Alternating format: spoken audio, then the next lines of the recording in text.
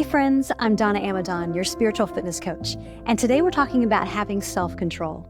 Now, I'll be honest, self-control does not usually get many hoops and hollers, but think of this. Self-control is something we need every day of our life.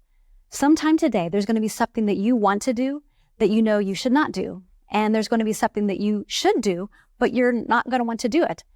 And I think sometimes we don't like to talk about self-control because it feels too hard. We think we can never break that habit or never change. But when we go back to the Bible, we discover something radically different. Galatians chapter 5, verse 16 says, "Let the Holy Spirit guide your lives. Then you won't be doing what your sinful nature craves." Let's not miss what Paul's saying. He's saying when we walk in the Spirit, we won't satisfy the desires of the flesh. Now, Paul isn't promising the desires go away. We wish he was. He's saying we won't fulfill the desires we have.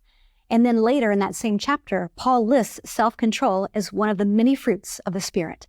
So here's the question. How do we walk in self-control? And is it really possible? I want to encourage you with a conversation I had with a friend of mine a few years ago. This friend had lost a significant amount of weight, about 100 pounds. And when I asked her how she lost the weight, her answer was so simple, yet so profound. She said, "Donna, one day it just hit me. I realized that no one was forcing me to eat. No one was putting this food in my mouth but me. It was something I could control, and it was something that I needed to control."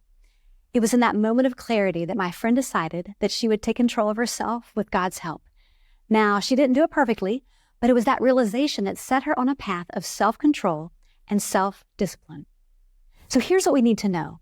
When it comes to self-control, I think the enemy often tricks us into believing that we are completely bound by our impulses and can never change. However, as believers in Jesus Christ, filled with the Holy Spirit, we can live a life of self-control. So here's my challenge for you. Think of that one thing in your life that needs self-control. It may be how you spend your time or your money, what you put in your body, or how you scroll on your phone. Now, with that in mind, focus on the aspects that are in your control, and then ask the Holy Spirit to help you make the godly choice. And remember, this isn't about just trying to do better. This is about recognizing that the Spirit of God is in us. He is in you, and we can have a life of self-control. Now, friends, go win today.